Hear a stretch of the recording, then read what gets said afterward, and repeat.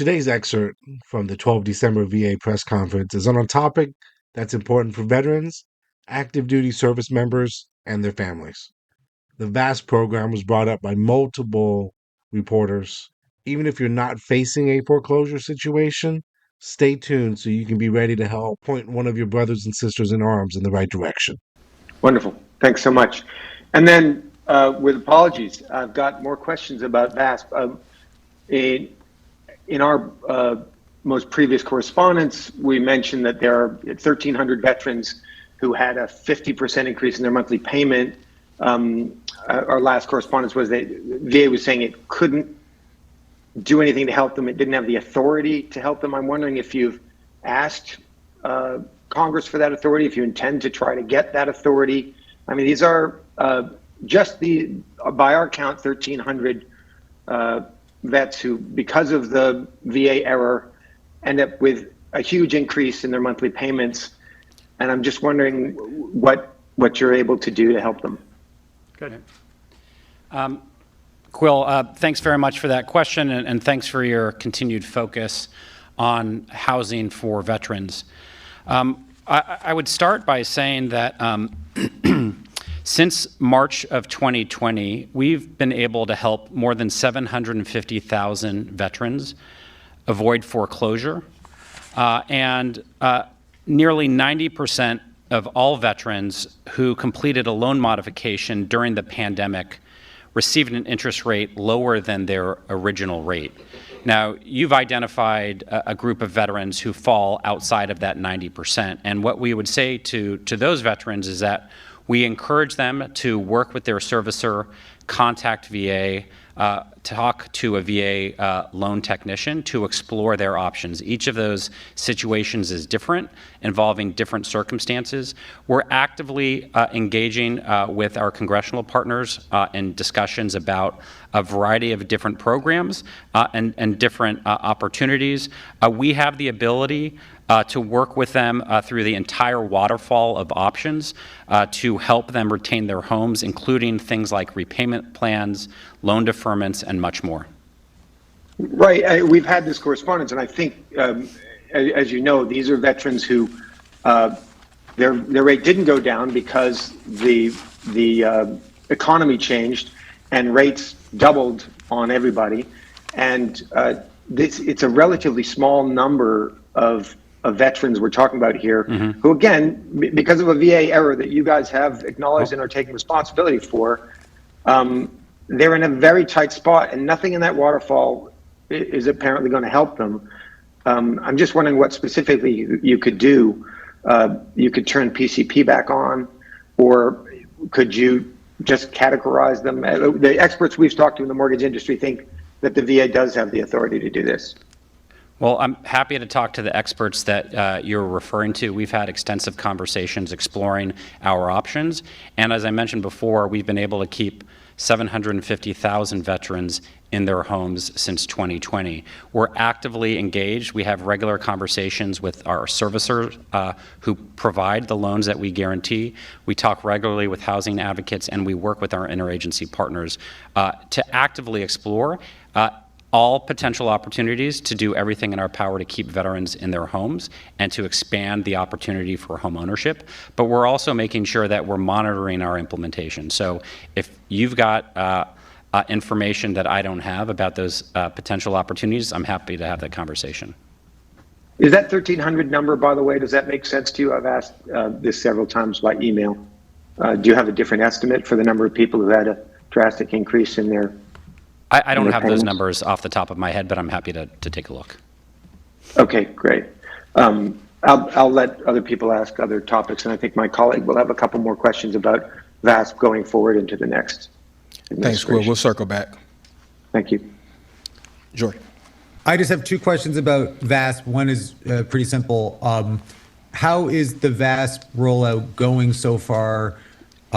Just anecdotally, the vets who we've been in contact with, very few of them have been able to get into a actual VASP mod or new loan through VASP. And the moratorium deadline, I think the end date on it is the end of the month. Are you considering extending the moratorium to give people more time, or what happens on January 1 to all the folks who haven't been able to get that sorted out? Great. Well, Chris, thanks very much for that question. Right now, we have approximately 90% of VA home loans that are held by servicers who are participating in the VASP program. And to date, we have received about approximately 6,500 applications for VASP, and we've certified more than 4,900 of them. And so the large proportion of those VASP submissions are being approved. Some are still pending review and undergoing that process. And we're continuing to work with servicers to make sure that they understand and are implementing the program appropriately. And I think one of the important points to keep in mind is that we work through a loan retention waterfall. So to the extent that other options to keep veterans in their home may work, we will work to pursue those before we get to VASP, which is a last option to keep veterans in their home when nothing else works. With respect to the foreclosure moratorium, I mentioned earlier to Quill that we have been able to keep more than 750,000 veterans in their homes since March of 2020. And in that time, for 52 of the 56 months, we've had a foreclosure moratorium in place.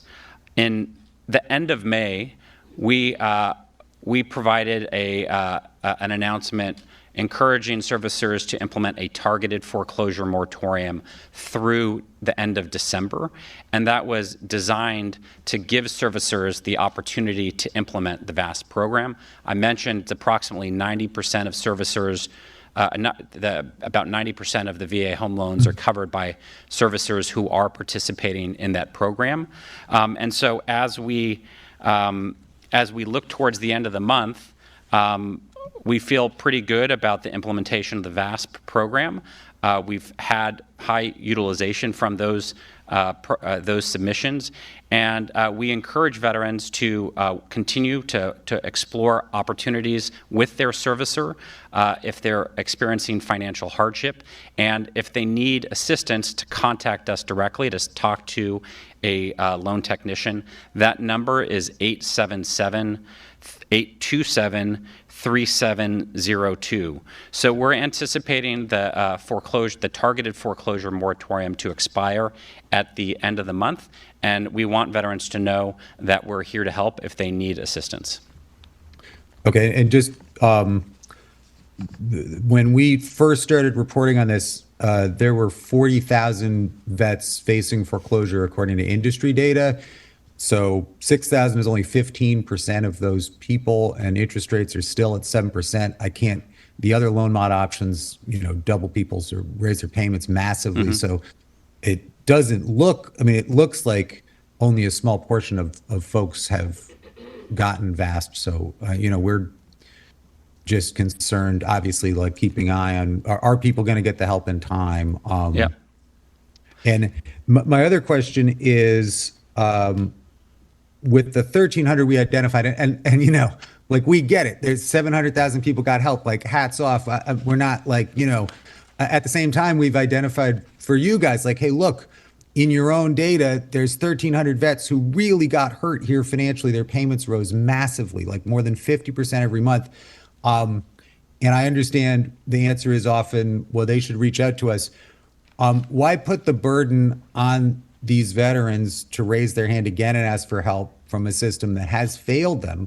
Why not, we don't know who they are. Like, we can't see the personal identification to identify them in the data, but you guys can. Why not reach out and say, hey, look, this seems like it didn't work out right for you. Do you need help? What's going on? Have you thought about that? We're actively exploring all opportunities. I'd have to go back and talk to my loan guarantee to talk about the specific outreach that they've done. But every day we talk to veterans who are seeking assistance. We explore all of the opportunities, and we're doing everything in our power to make sure that veterans can stay in their homes. And so the programs that you referred to expired, that largely, the partial claims program, that expired largely because we were relying on emergency authority and resources tied to the pandemic. But we have designed a program that we think will help as a last-ditch effort to keep veterans in their homes. And what we've also seen is that the other loss mitigation programs that exist have seen significant increase. So we've been able to refinance a number. We've seen, I think, something in the order of a 1,500% increase in interest reduction rate refinances for vets. I'll have to go back and confirm that number just to make sure. But significant increases in utilization of existing authorities. And then the VASP program obviously helping as a backstop when all other opportunities exist. So we'll continue working as we always have. Each case is different. Each loan is different. And our commitment to veterans, the veterans that we serve, is to work with them individually to do everything in our power to help them stay in their homes. Oh, sorry, guys. I just had my hand up by accident. Although, why not? I'll ask one more. Just so I wasn't clear on the answer of like, would you guys consider proactively reaching out? I mean, now that we've been like, hey, look, 1,300 people, payments went up massively. We have no way to contact them to say, hey, VA wants you to reach out if this is like killing you. Yeah, well, like I think the way Josh answered that question, Chris, was to say he's going to check with his team. He's under the impression, as am I, that we are reaching out to veterans regularly. We have a lot of, one of the things we do well, among the things we do well at VA is homelessness prevention. That was a big priority for us year before last. Because of the prevalence of data we have, we can sometimes identify a veteran who is encountering challenges. And we do preemptively, not preemptively. Proactively, thank you. I knew it started with a P and an R. Reach out to veterans who we assess may be encountering challenges. And so it's not that we would consider it, it's that we do it. And I think we'll come back to you with the most helpful description of what we're doing and how we're doing it and why we're doing it. All right, thanks, Secretary McDonough. And I'll circle back on the 1,500% increase in IRR mods is interesting. I didn't know about that too. Yeah, and I'll work to verify that number. It's that's my recollection, but I'll just make sure to confirm that if it's different to get you that number. Let me just explain to you what happened there, because Josh used that number and he thought to himself, I think I remember that number, and it's a great number. But then he's like, uh-oh, I hope it's the accurate number. So what he's saying to you is we're going to double check. He's going to double check that, but I've heard the same thing sticks in my mind. So we'll get you the 100% most accurate version of that. With the questions they were asking, there seems to be a percentage of veterans that have fallen through the cracks with help on their mortgage from the VA. Can't blame the VA for this. Threading a needle with each specific veteran, federal laws, state laws, banks, loan servicers cannot be easy. VASP seems to be the golden goose for us, but it is the last option in the home retention waterfall, in quotes, toolbox that the servicers and the VA will use. The pause for foreclosures are up this week, so if you or one of your battle buddies is in this situation, best call the VA at 877-827-3702. I will leave a link to the VASP in the description also.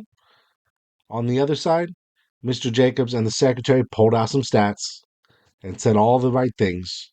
But if you are stuck in the cracks of a plan, call the VA. And if you're shit out of luck, your next call should be to your elected officials. Don't forget to like and subscribe for more veteran-focused content. Until next time, take care and stay informed.